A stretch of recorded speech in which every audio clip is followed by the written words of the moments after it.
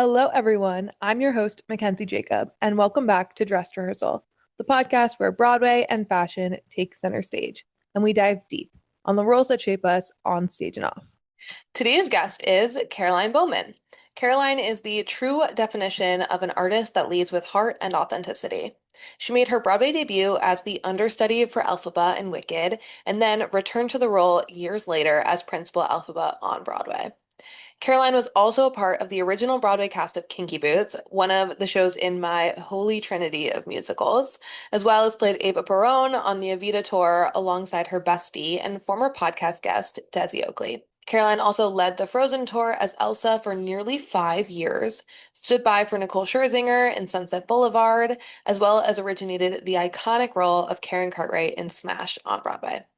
In this episode, we talk about how special it is to go through the business alongside her Broadway husband, Austin Colby, why it is so important to bet on yourself, and how the right roles really do come at the right time in your life. Please enjoy this episode with Caroline Bowman.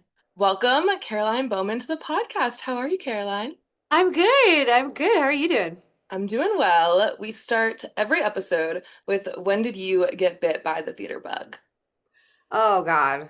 I mean, I always say I kind of came out of the womb singing, but Obsessed. my mom is an actor. Hmm. She never really did theater professionally. She did more TV and film and commercial work and voiceover work. She's kind of like, she's always been before the trends have happened. Like Okay. she had a podcast before anybody was doing podcasts. What was our podcast about? Essentially, like it was across the board. Like people who were like following their bliss and really just like aligned with what their purpose was on this planet. And so she like interviewed all kinds of different people. And like I think she's a big Gloria Steinem woman. She's very Wow. inspiring. Anyway, all this to say, my mom is everything. She is, and so she, as when I was a kid, she was doing community theater. And so instead of getting a babysitter, I would go with her and watch the shows over and over and over again. And then I started joining her and doing that. And I think my first show was The Christmas Carol. Classic. And then we did Damn Yankees, and I just loved it. And then I kept growing up doing it, and I met my community doing it, my best friends who literally live like within blocks radius. I've known them since I was 13 doing theater with them. Like they're my people. Wow. Yeah, it's kind of That's insane. wild. That, and I went to Penn State for musical theater, and a lot of our class lives in the neighborhood I live in. Like we're helping raise their kids. It's just amazing and it's all because of theater. Like it's all because you find your people in theater, and we're all nerdy and misfits, and we just found each other. So I think really young, always knew I either wanted to do this or be a veterinarian. Right. Naturally. Yeah, which is like actually, I think a lot of people say that. First, I've heard a lot of people just like, I just want to hang out with dogs. Interesting. And I do feel like I will hang out with dogs. I have a German Shepherd. We have a German Shepherd in New York City. I Wild. do feel like at some point in my life, I will also have that dream of like, I don't know, maybe I'll have a dog rescue. It'll be Love. Broadway Bowman Barks. And you know what? It writes itself, really. You and Bernadette Peters are the Broadway Barks. Honestly, we can put it on here. This is I have been trying. I mean, I haven't been trying that hard. I want to like help with Broadway Barks. I want to be Bernadette Peters, essentially. Let's manifest it. I want to be Bernadette Peters. That 'Cause wouldn't be a bad career to follow. No. And I love how she did it in London on the West End too. So it's just like an excuse to go to London for her of like, Yeah. oh, we're gonna do it everywhere. We're just gonna have satellite Broadway Barks and I'm just gonna travel to all of them and be fabulous. Yeah, like why not? Right. Like if I have to, sure. If I have to, how would she say that? If I have to, sure. I don't know. Sorry. Yeah, no, it's like she's here in the room with us. I couldn't have asked for anything more. Bernadette. Yeah, that was a long-winded way of saying my mom inspires me. Well, to do also theater. the Penn State cult is very real, where you guys are just everywhere. That's so true. And you don't have to be a theater person to be a part. Like we are so culty, and it's like the only cult I want to be a part of. I'm obsessed with it. And we all like we are Penn State all over the place. And if you wear a Penn State t-shirt, although some people wear their Penn State paraphernalia and I say, we are, and then they're like, oh, Penn State. And I'm like, come on, you can't, Right. you gotta be ready. You Let's gotta get be into ready. it a little bit. I love it. I think it's so freaking fun because there's really no other school like that. Like Especially Michigan tries. Michigan tries, but they don't have like a thing. Yeah. I mean, they have plenty of their own things, but yes, it They is quite the do. cult. They do, and they have a good musical theater program. We'll give them that. Yeah. They Well, didn't accept me, so we won't give them that. don't worry. Aren't we all just Michigan rejects? It's not a problem. Seriously, all of us are just Michigan rejects, No, and proud of it, honestly. and we're doing fine. Clearly, We're doing fine. I do want to dive in a little bit though, because I think it's really special that both your mom and your husband, Austin Colby, are both performers. Yeah. And so for you, like having that kind of foundation of people that understand what it means to have an up and down in the business, how has that changed your experience? Oh my God, it's like you have nothing to explain. And that's like the coolest thing is like there's so much to explain and unpack about this industry because it's crazy. It's Yeah. crazy that we chose to do this. And like I come home and I have nothing to explain to my husband about.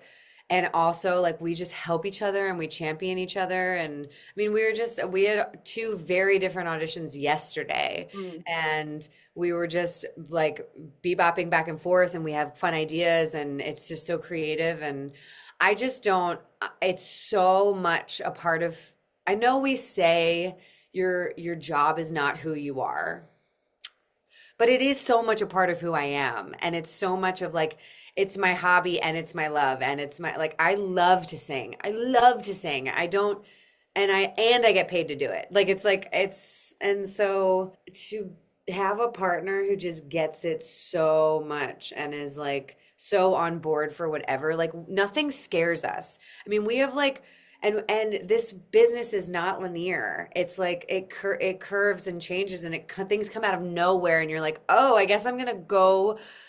It's exciting. I guess I'm gonna go across the world to do that, or I guess I'm gonna be here. And we just go, cool. We're gonna work it out. Like we're not. It's not. It doesn't scare us. It's like always exciting, and our relationship is never gonna. I mean, I pray and hope, and I know we have such a good foundation, but it's never going to falter because of that, because we know that this is what we chose. Like we chose this life. Nothing surprising. And then my mom is the best about, it's just so fun to call her, and she's call her and tell her about different possibilities or different things that could be coming up. And she's such a yes woman. She's always like, say yes and figure it out. Very Shonda Rhimes. Exactly. Mm-hmm. Honestly, my mom and Shonda Rhimes would be like best friends. I think like I would be interested to hear their conversation over coffee. Like that would be like to be the fly on the wall. And like Oprah. Duh. Yeah, she just says say yes and figure it out, because we are so, especially more so I feel like than ever, all of us deal with anxiety, and we get that like sometimes can overwhelm you first, instead of being like, no, I've never fallen flat on my face. Why am I suddenly picturing every single bad thing that could possibly happen? Mm-hmm. And my mom's like, she's so good at like clearing out those weeds and just going, no, say yes. Mm-hmm. And you can figure it out. And that's like such a gift. Yeah, I saw a quote once that was like, worrying is walking around with an umbrella when it's not raining. And it's like, you're just taking that baggage with you everywhere. And you don't need to worry about it until it starts to rain. You can always take that anxiety and put it elsewhere. Easier said than done. But it's a nice thing to keep with you, of like, also the fact that as performers, they probably have the big emotions and the big feelings too. And so nothing is too out there of like, oh, if I'm a normie, maybe I'm thinking, oh, one audition's not a big deal, but like they can relate to how important it feels to you. Sure. Absolutely. And I mean, like if we're talking literally, like what's the worst that can happen? You get wet because you don't have an umbrella. Right. And also like it's worked out thus far. So what's telling you that it won't keep working out? And every single audition you get, you have to picture yourself in the role or else you can't. Mhm. You have to picture yourself in that environment and you have to kind of go there and get like semi-attached, no matter what the job is. It is our job. If I walk into an audition or even doing a self-tape, I have to go there fully. And so a part of you gets attached to that idea of that job. So like a part of your heart breaks a little bit every single day that you don't get a gig. Right. And I don't get a gig every single day. Like every single time I audition, most of the time I'm not getting it. So having people that just kind of get that and can also be like, all right, moving on, like onward, let's go. Let's Mhm. one foot in front of the other. There's So also the iconic video that your mom took of you when you found out that you got Wicked for the first time. And I yeah. always think about those moments where it's like, oh, she had to be there for it. Like, for whatever reason, you guys were together when it happened. And so I want to talk a little bit about like, you joined Wicked as an ensemble member and the Elphaba understudy, and then came back to lead the show, and kind of how seeing it from two different vantage points really taught you what kind of leader you wanted to be. Oh my God. Yeah, that's a really cool question. But back to my mom being Yeah. ahead of the curve, nobody was taking out their phones and filming that stuff and like putting it on the internet. It is So calculator quality. Like, it is so of the my mom, time. my mom filmed that with a flip camera. It was like one of those ones with a USB thing that you had to plug into your, like we didn't have, Awesome. I don't even think at that time we had phones with cameras that could, I don't even think we had that capability or else we would take it out her phone. Right. But she had thought, she knew I was in these callbacks and she had thought, oh, and she was coming up to the city for a commercial audition or something. Mhm. And she's like, I'm going to throw this camera in my bag just in case this were to happen. And lo and behold, we're like walking down Ninth Avenue and I go, Mom, this is casting because I didn't have an agent. They called me Mm. directly and then she whipped out and started filming. And then she posted that and I was so embarrassed that she posted then. Now Sure. I'm obsessed. I'm so grateful to have that Of course. because I'm like, oh my gosh, I get to have this time capsule of me booking my Broadway debut, all my dreams coming true Insane. and standing on 45th and 9th. And yeah, she's awesome. So yeah, I booked that. I booked the Elphaba understudy track 3 weeks after moving to New York. Insane. So I had like just barely even gotten settled here. I didn't even know like where my favorite coffee shop was. Like it was You were at the start of being Annie, like 2 bags, $2, one me. literally 2 bags and a prayer, I Mhm. say. And I was living in this like really, really crappy apartment with mice crawling on the counters. And Perfect. yeah, it was perfect. It actually was perfect. Yeah. I was cleaning it every single day, and I asked my mom what the cheapest things you can buy to like. I wanted to save my money because I had just done the non-equity tour spam lot, and so I had like a chunk of change in the bank, but not enough. Like, yeah, you're right out of college, and in New York, if you step outside, you spend $100. Well, yeah. So yeah, I had my eye set on that, and that opportunity just like came about, and I was ready. It was like I had prepped for it and I was ready and that happened. It was really hard to leave that job. So while I was doing Wicked, I was doing workshops for Kinky Boots Mhm. and I was going to be in the ensemble. I was in the ensemble of that. And when I was leaving to go do Kinky Boots, they offered me the standby Elphaba on tour. Okay. And which was like hard for me because I was like, oh my gosh, they want me to stay and they want to like I hate saying upgrade because I don't think being in an No, ensemble is they a love a downgrade. pipeline. They love a pipeline of They like love a pipeline. working you through the show. And so I was like, oh man, this is hard because that's, principal track now and I'm Mhm. gonna go. And the music director at the time actually like pulled me aside and was like, hey, I heard they offered you standby on the tour. He was like, go do Kinky Boots. Go do Kinky Boots. And he like encouraged me to go off and like kind of spread my wings that way. Mhm. I think because he was confident that it would come back around for me on Broadway. And so I was like, wow, that was like such a gift because how often do you like you just don't hear people valuing you. You have to like value yourself and not place your value in other people. And to have someone be like, go create a new musical, go get that experience and like Exactly. learn what that is. And this will be here, whether it'll be for you or who knows, like go get that experience. Yeah, and Wicked wasn't going anywhere and still isn't. Right. By the time it came back around after I'd done Kinky Boots and the Evita tour. Hmm. I had not only opened a new musical and learned so much actually being in the ensemble and watching other people lead and actually learning how to lead from people like Billy Porter and Annalee Ashford. I mean, like, Annalee is a dear friend of mine who she said to me when I was leaving Kinky Boots to go to Evita, she was like, I want to be a part of your journey and I want to be like somebody you can always call. And Mm. she really is. She just really is. And she just is so good at her craft and so herself and like authentic, which is so Mhm. cool. Like authenticity is it. Oh, it's Authenticity. everything.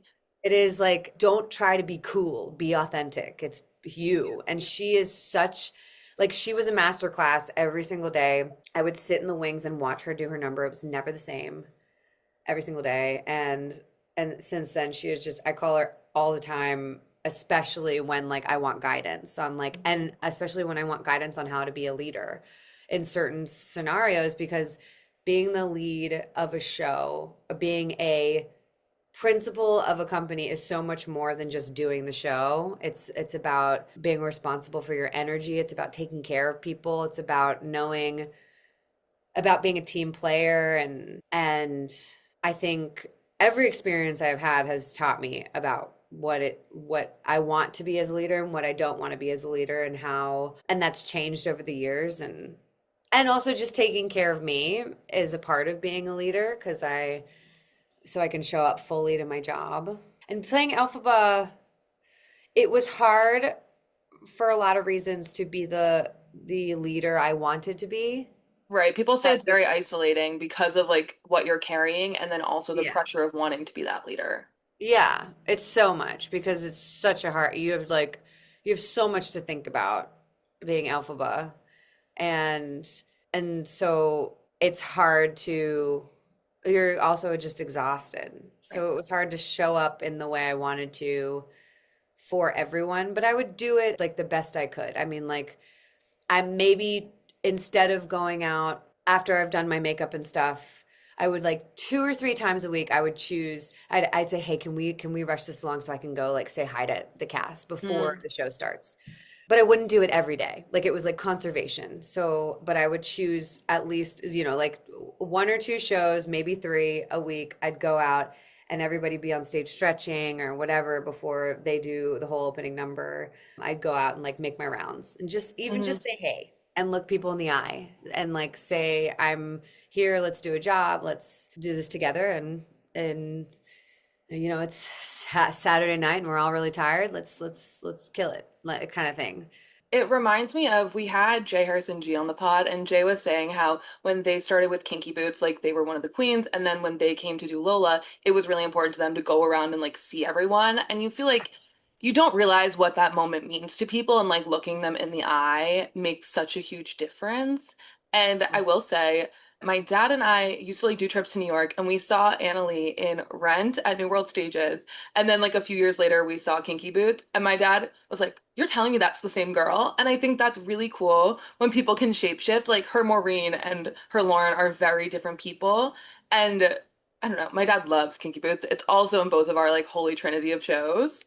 And so it's so funny to see like those reactions and to know that like you don't have to be the same thing everywhere you go, and that authenticity is going to be the driver in making that happen. Exactly. And she is such a shapeshifter. My It's God. wild.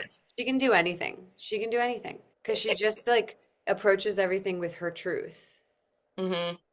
And she's such a kook. Wait, But I love perfect description. Perfect description. kook. She's a kook. And also, you did understudy Nicola in Kinky Boots, which was originated by Lena Hall. And I know Yeah. that role changed a lot during the creative development of the show. Like, can you talk about how it was different before coming to New York? Yeah, totally. I didn't have the courage at the time because I thought I would be a really good Lauren understudy as well. And Interesting. I was at the, and it was because I look the way I look because, and so I was like obviously in the Nicola understudy track, but I was like, oh man, I was like kind of the young one in the cast. I was the youngest one in the cast. And so I was like, I really could do that.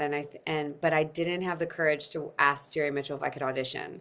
because I was like so go with the flow. I was 23. I was like, this is my first who do I think I am? I'm like, I'm just gonna push set pieces and sing really high notes because that's what they hired me to do. I didn't take the opportunity and I regret it because I think it would have been a really fun challenge and it would have showed my comedic chops before sooner. Like I think people have thought about me as a very serious leading lady performer and now slowly I'm going in for quirkier parts and like getting considered for that stuff and that's You're like, I've been waiting to show you guys.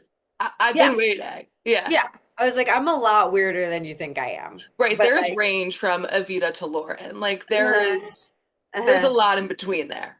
for sure, for sure. There's something to be said that like my first principal role on Broadway, Karen Cartwright poops on stage. Like I like took a poop. Sure. I mean, that's like, I mean, and she's not completely a comedian, but she's quirky. I'm a quirky musical theater girl. And I'm a leading lady. I can do that too. Okay, range. Anyway, so all that to be said, I regret it. Jerry Mitchell, I never had the courage to ask you this, and I will never not have the courage to. If I have something I want, I've learned from that.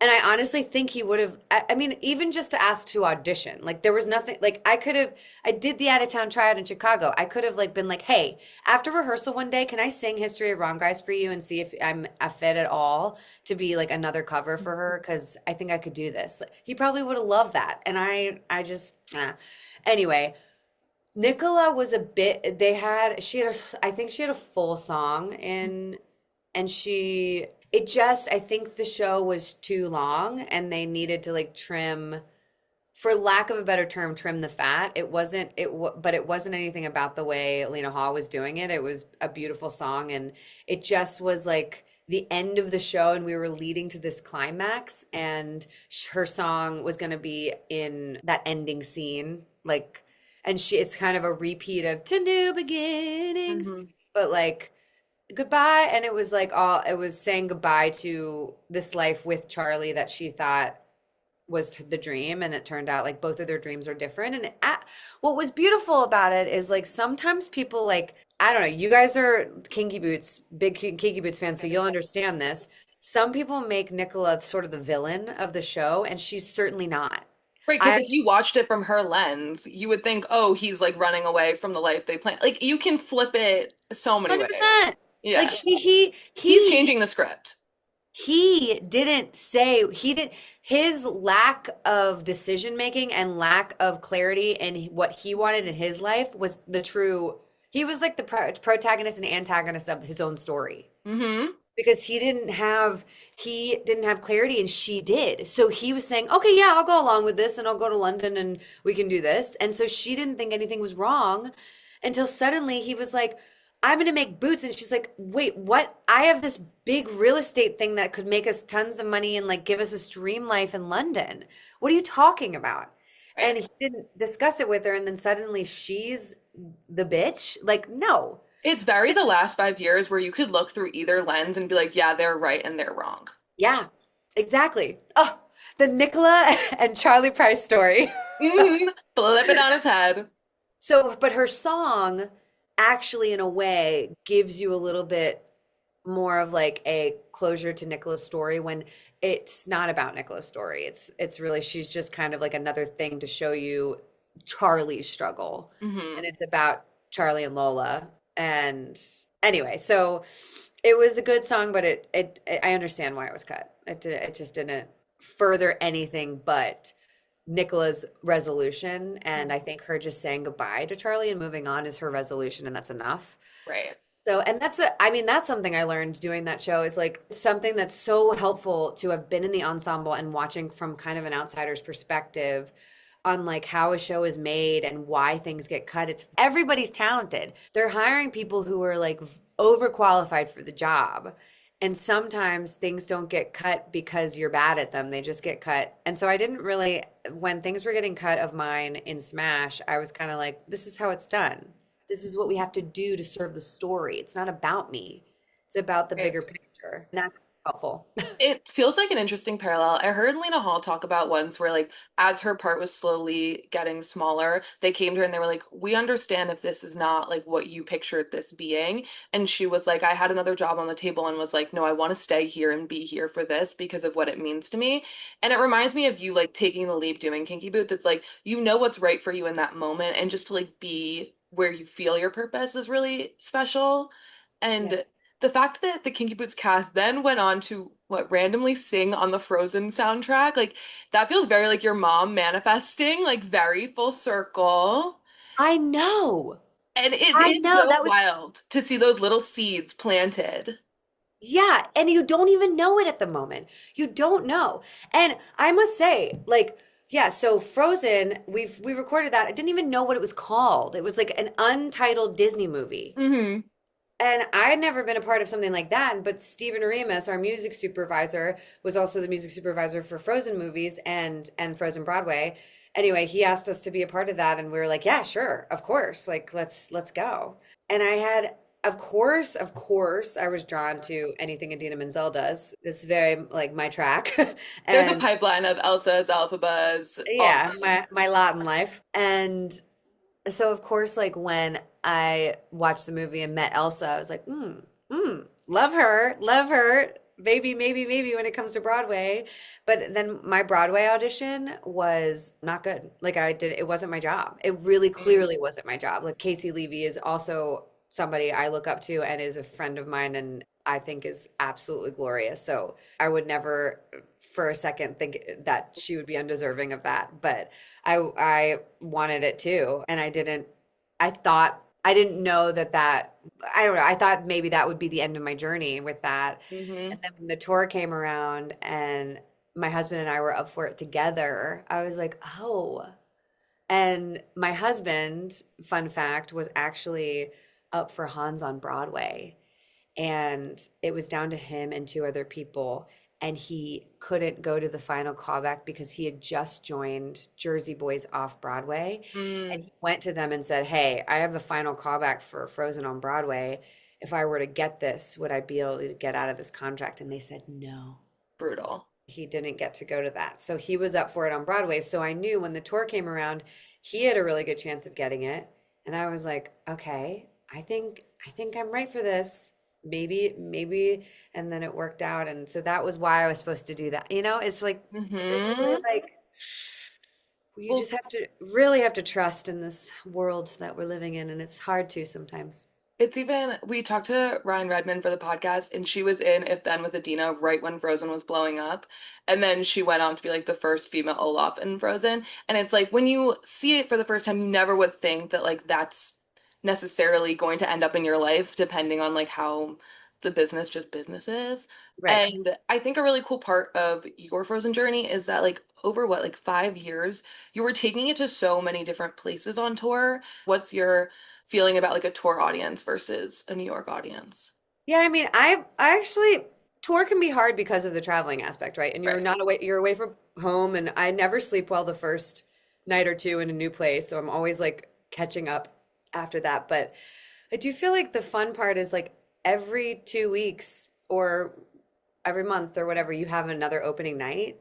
And you Mm, have like another like round of energy and our opening night in like any city is like usually wild and um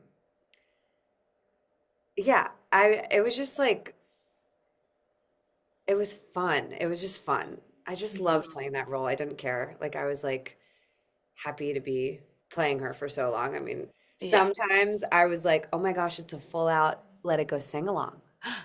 Oh my gosh. Oh my gosh. That's Mm, hard. yeah, it's a lot.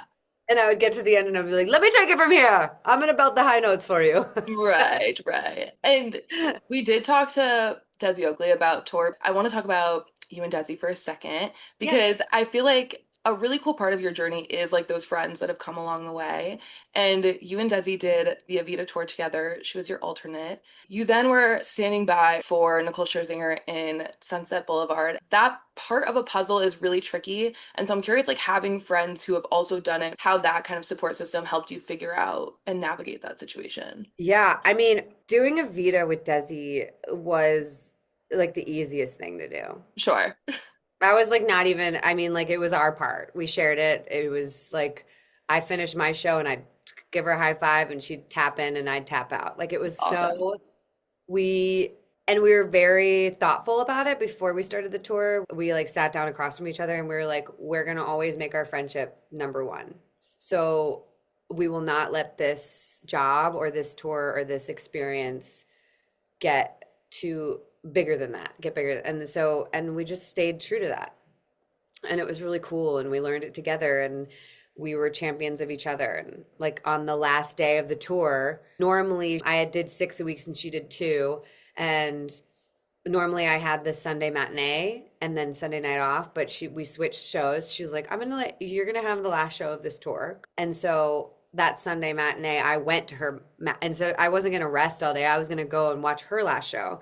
I went and watched her last show, and then I did Sunday night, the last show of the tour, and it was just like that's the kind of energy we were for each other. Like her, because so she wasn't technically my standby, that's Right. like that's a different thing, but yeah, it's cool and it's a hard job to have. I've never heard Desi talk about it as a hard job because it was just us on tour together. Like we literally I just mean, like having your husband on tour and your best friend on tour, like kind of epic. I know I've kind of done it well, right? Yeah. I've kind of done touring well. And that's so funny you say that because I've never looked at it that way. I'm like, yeah, it is kind of nice to just have you have a built-in partner right away. Mm-hmm.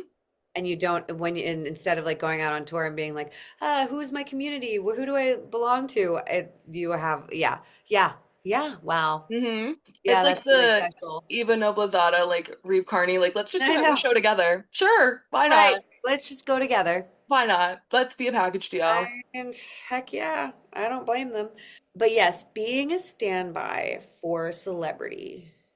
I've never been a standby for a theater person, like somebody who is strictly somebody who's known for the theater yet. I guess never say never. I think I would rather be a standby for a theater person and not to say anything about Nicole's talent or work ethic or any of the above. It is just there was one day I almost went on, or I was told I was supposed to get ready.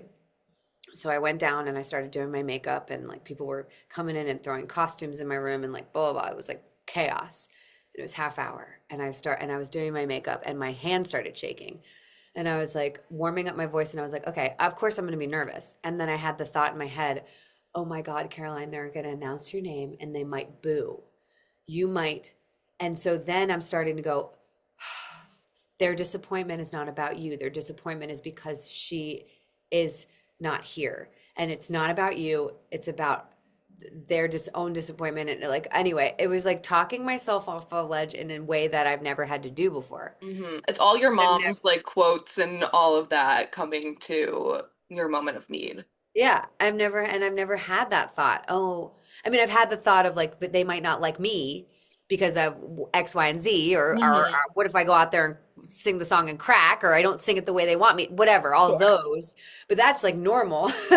Yeah. On top of that, I had, oh my gosh, I'm going to be someone they've never heard of. And they came to the show to see this celebrity. And I'm not that simply because I don't have the following she does. Or I didn't go down the same path that she did. It like doesn't make me any less deserving or able to play the role. But how Or like, ironic that like her big dream was to be in Wicked and you did it. Like, you know what I mean? Like, isn't that funny? It's yeah. like what you want is never what you think you get. And so Yeah. you could look at it from that side too. And the fact that then when you did go on, it was what an entire audience of like everyone you've ever met ever that loved you is like the antithesis of all of that anxiety. Wow, you've done your research. You're really good at this. You're a Thanks. really good podcaster. Wow. Thanks. You're giving like Dax Shepard vibes. Like Oh my God. and Amy Pohl yeah, Oh Amy my Poehler. God, I die for good hang. It's so she just had Kerry Washington and I was like, can I be your best friend, please? Literally, I was just listening to Viola Davis's, which is like Viola Davis is on another level. But I just love it's anyway, you're amazing. That's all to say. You're up there with them. You're No, them. but You are them. Let me say though, the Carol Burnett episode of Good Hang, like I will never Yes. feel that, and the Michelle Obama one, but like the way I felt listening to Carol Burnett and Amy Poehler, I was like, my soul is leaving my body. Oh my gosh, Carol Burnett talking about how she lived in that house of like all theater, like all arts people. I was like, I want to live there. Why didn't I move No, there when I moved here? literally. And the fact that like she just like put a show on with all these like ladies that she was living in a house with, and then like they all got agents, and then they all went to Broadway. Sure, Yeah, sure. yeah. Yeah, like magic. And I know. she had like $2 in her purse. Like she had it was like cool, cool. Anyway, Yeah. all that to be said, I it was tough. It's tough. And you're like, and I was going to the theater every day, not doing, after having been on tour with Frozen, doing 8 shows a week for 5 years, or minus the pandemic. Right. And which I knew that was going to be the job, and I knew that was going to be hard. I think I did prep myself well. And there were some days that were harder than others. And I was, I was prepared as much as I could be. And yeah, I don't know. It was Yeah. all the things. It was tough. How wildly meta to then go be Karen Cartwright in Smash, who is like the definition of like, will she, won't she, understudy. Like, I mean, you can't make that up. I know. I know. It's so crazy. It And is. It's a wild journey. we talked to Mark Shaman on the podcast, who wrote the music for Smash, and he said that They Just Keep Moving the Line was the song that he felt the most true to his life experience in showbiz. Mhm. And so I would love for you to kind of talk about what that show meant to you as a performer and like how cathartic that must be. Yeah. I mean, coming from that job where there was so much frustration and so much not feeling worthy and not feeling seen, like I just was like invisible Hmm. until that one day I was invisible. I didn't exist. I mean, even Nicole, bless her heart, didn't know. She doesn't know this, but like the last week I went to go visit her in her dressing room to say like, hey, it's been amazing, blah blah blah, and she was like, are you here every day? And like again, Yeah. not her fault. Yeah. She doesn't know what a standby is. Like, not her fault. Right. But I was like, think of me as Norma Desmond Insurance.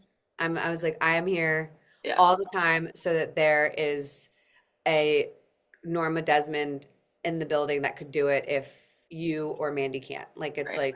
like, but she didn't know. She doesn't know this she has not been in this world for a while. Yeah. And that's like it's okay. It's like totally forgiven. I'm like I was like this is what I do. This is Right. what I do. Let me educate you a little. Right. You know? But it can still Um, feel just like sure. confusing.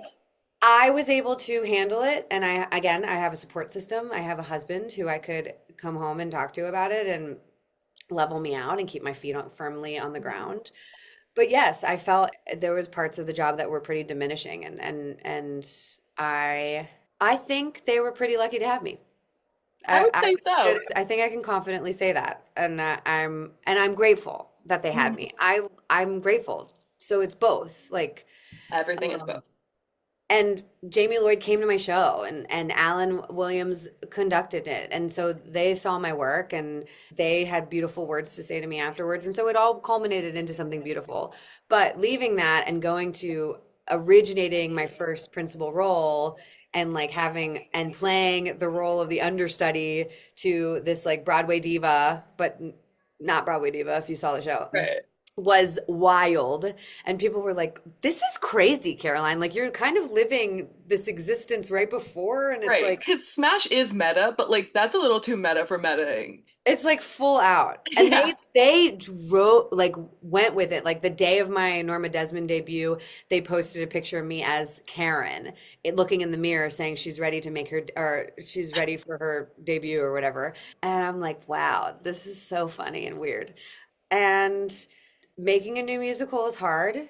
And I was also grateful for the way I did because I was a principal, but I was a supporting role. And so I still had, I mean, I'm always available to learn. I feel like I'm like never done. And I think when we're done learning, we're kind of done growing. And so I had time and space to like sit back when I wasn't being used and be like, okay, what are the writers doing? What are the You know, what if I want to produce a show one day, or I want to direct a show one day? You look at I'm a like, Jerry Mitchell, who was a performer, then became a choreographer, and then a director. Like you can totally. do What if all the I want things. to direct and star? Like, what Right. if I, or in my company, or I don't know. I'm like, I Hmm. want to be a boss lady, so let's just like watch how this is done. Totally. And I was happy to be in the room with a woman director. It was cool to have Susan Stroman, who was like the woman director. Like, I mean, she's Susan Stroman.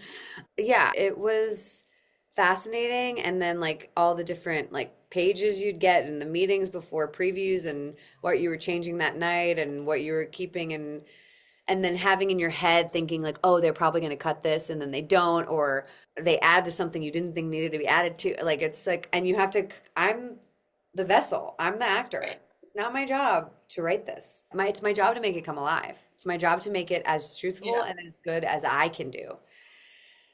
Which is like, you know, there's if you let too many cooks in the kitchen, then it just gets to be a hodgepodge of whatever. Well, it's funny you say that because when we had Mark on, he was saying that for Hairspray, there were so many cooks in the kitchen, but the key was they all had the same recipe. And he's like, I've been in plenty of shows where it's like there's so many people and all the ideas are different. But when you have alchemy, it's because you're all on the same recipe. You can still have your opinions, but he's like, that's so hard to find.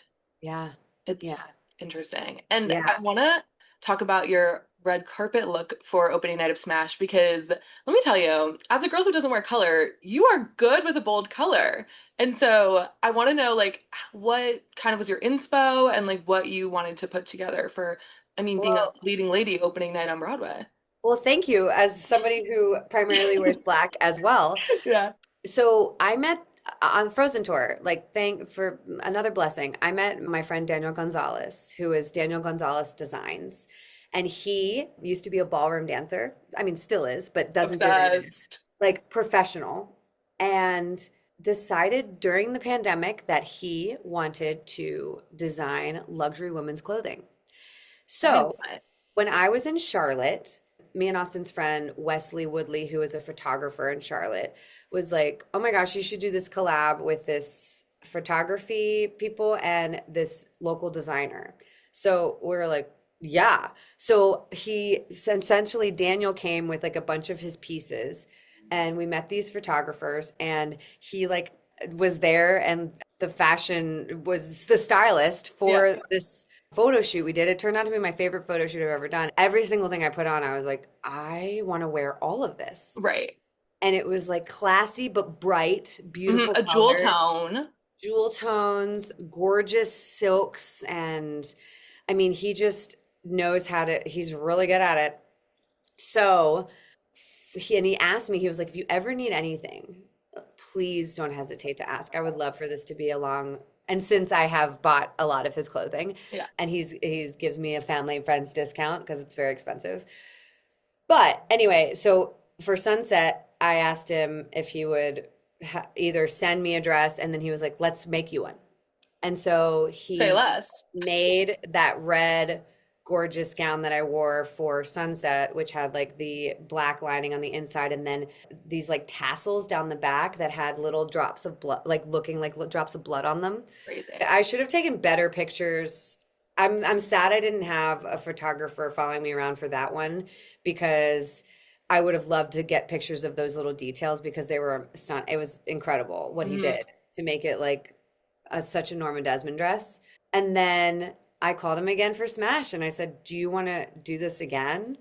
And he was like, "Absolutely." So we talked on the phone about inspiration and I was like, I don't know why I was feeling emerald green, but he was sending me all these Marilyn Monroe dresses.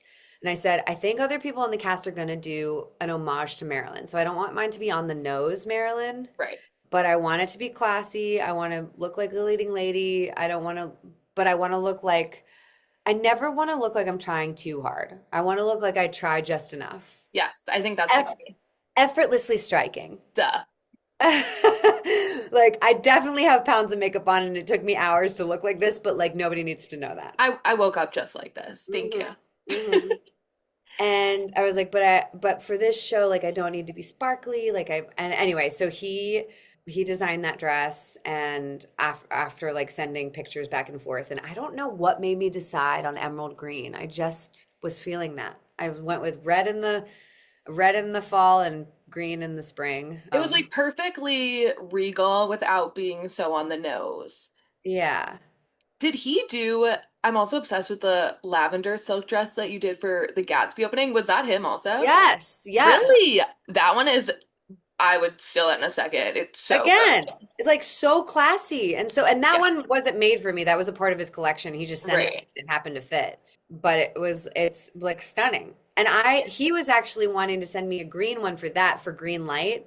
I But it see. didn't come in time. So, but I was like, I actually think the purple was better because I kind of was like Daisy to Austin's Gatsby. I Yeah. don't know. I felt like I was like, yeah, I loved that one too. I think he's class. And I just want to Yes. always I want to be timeless. I think it's a safe bet to go timeless. I'm Yeah. not, I, I can play edgy, but I'm not really edgy. I'm kind of just like, Yeah. I like ease and class and comfortability. That's like Yeah. I want to be comfortable. I want to be able to wear it all night. Right. And I feel like all of those have a level of tailoring, but they're also like you can live in them. Hmm. Yeah. I Yeah. also always love to ask people if you were to live in one Broadway show's costume department as your own closet, which Oh, show would you pick?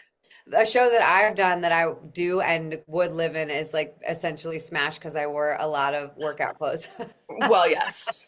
And then I took those clothes home with me. I've got like my workout shorts and my spandex and You're like, that's sure, I'll take some free Lululemon, sure. absolutely, absolutely. We did talk Um, to Bella Coppola about the fact that she used to wear like monster heels and six and then just got to wear like Lululemon and Smash. And she was like, no, it was perfect. and like sneakers.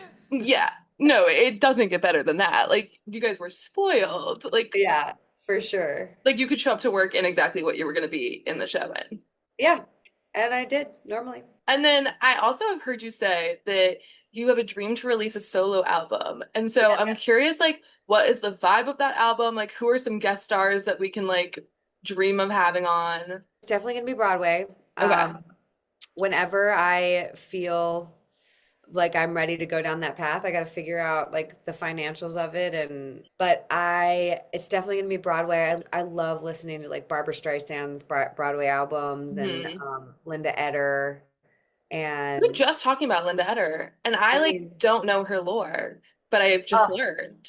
Linda Eder, get into it. I had all of her albums and they're so good. And it's like kind of there's one called Broadway My Way. I mean, like Mm, it's like literally so something like that. But I'm a Broadway girl. That's what I yes. sing.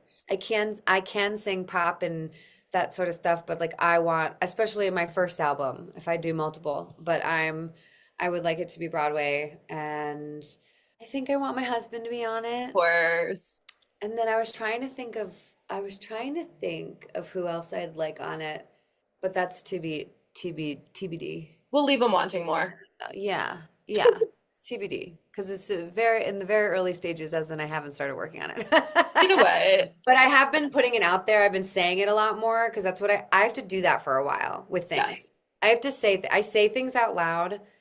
I like especially I say things out loud of things I want, and then it happens. It happens. I just have to. But I have to Well, Miley work Cyrus it said out. that Dolly Parton gave her the advice of like, if you want something to happen, just say that it's happening, and then someone will pick up on it. And that's how like the Hannah Montana reunion happened. She was like, I was telling people on the red carpet it was in the works. No one had talked to Disney. They had no idea. And she's like, I just kept talking about it. And yes, that's Miley Cyrus privilege, but Right. she just like was like, yeah, I said, oh, we're working on something. And she had never even spoken to Disney about it. And she's like, yeah, Dolly told me to. You know what? Let's just say we have Miley Cyrus privilege. And then maybe we Exactly. will. Exactly. Now we have Exactly. Miley Cyrus I can't even say that. Miley Miley Cyrus. Cyrus privilege. It's a Miley good, Cyrus privilege. Miley it's like Cyrus red leather, yellow leather. It's very, literally it's everyone's new warm up is Miley can't do it. Cyrus privilege. Miley Cyrus privilege. Yes, perfect. Hilarious. Well, we do have one final question that we always end on, which is what do you hope is your signature stamp on the industry? I have been told that I treat everybody the same. And I like that. No, but everybody gets the same respect Mm, from me. And I will not treat anybody, no matter whether they have Miley Cyrus privilege Yes. or not. So I really love that. That was a really high compliment. And I want to be known as someone who really listens and cares about people. I mean, you can't ask for more than that. Yeah. Yeah. I think that that makes me somebody that people want to work with if we're talking like industry, but Yeah. in general of being like a human. Yeah. I want to be good. Just be good Hey, human. it's no wonder you have your best friend from growing up down the street. Like you keep them around. Yeah, I like it that way. I like Me my too. community. I really value them. Oh, I forced all my friends to move to well, we all moved to the same neighborhood at the same time. And so I'm like, so by the way, none of you are allowed to move. You know Right. this, right? Like for the rest of our lives. Desi was saying, she's like, I'm never leaving the city. She's like, I'm gonna be the 80-year-old lady in a cheetah fur jacket just hobbling around the city. And I'm like, and you know what? Perfect. And she will. Perfect. And she And, will. and I And believe it. she'll look fabulous Of doing it. course. She always looks fabulous. Of Always. course. Well, I cannot thank you enough. This has been such a treat. So thank you, thank you. Thank you. And I'll think about that, what wardrobe I would choose from a show and get back to you. Now you just have to go see a bunch of shows and then like clock whose outfits you like. I mean, honestly, the Norma Desmond slipped. Granted, that the Norma it was comfortable to be in for the whole time and not having to change. I don't like thinking about my outfit. And so Mm, that's not an overthinker. It's just a black slip.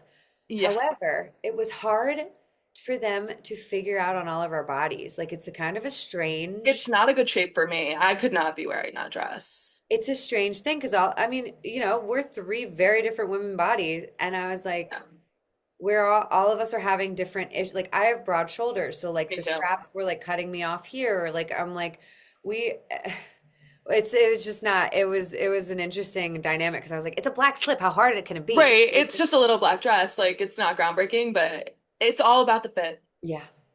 Well, and that's why we'll leave it. And that's where we'll leave it.